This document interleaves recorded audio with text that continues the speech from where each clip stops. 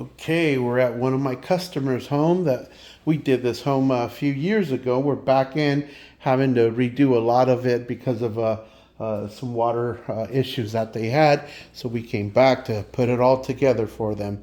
But I do want to take the time out and talk a little bit about the backsplash.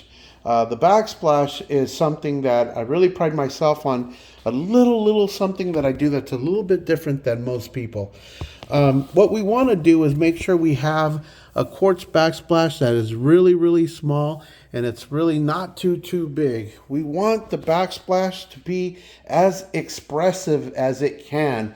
And how can you let it be expressive? By simply allowing it to run from top to the bottom. The problem with running it all the way to the bottom, when you have your quartz, you run into the problem that now you have grout sitting on the very bottom. By allowing us to do a 2-inch quartz backsplash, it's enough to protect it. Usually you don't have spills that run throughout the whole backsplash.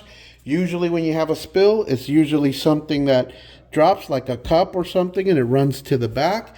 By allowing it to have epoxy underneath, it's easier to wipe and it doesn't absorb back into the stone. So what's standard is a 4-inch or a 6-inch backsplash. We do neither. We do a 2-inch. It's enough to protect it, but allows your backsplash to be as decorative and as visible as possible. So this is what we do at Ventura County Home Improvement Center. If there's a project or something that you're working on, feel free to give us a call. That's the tip of the day.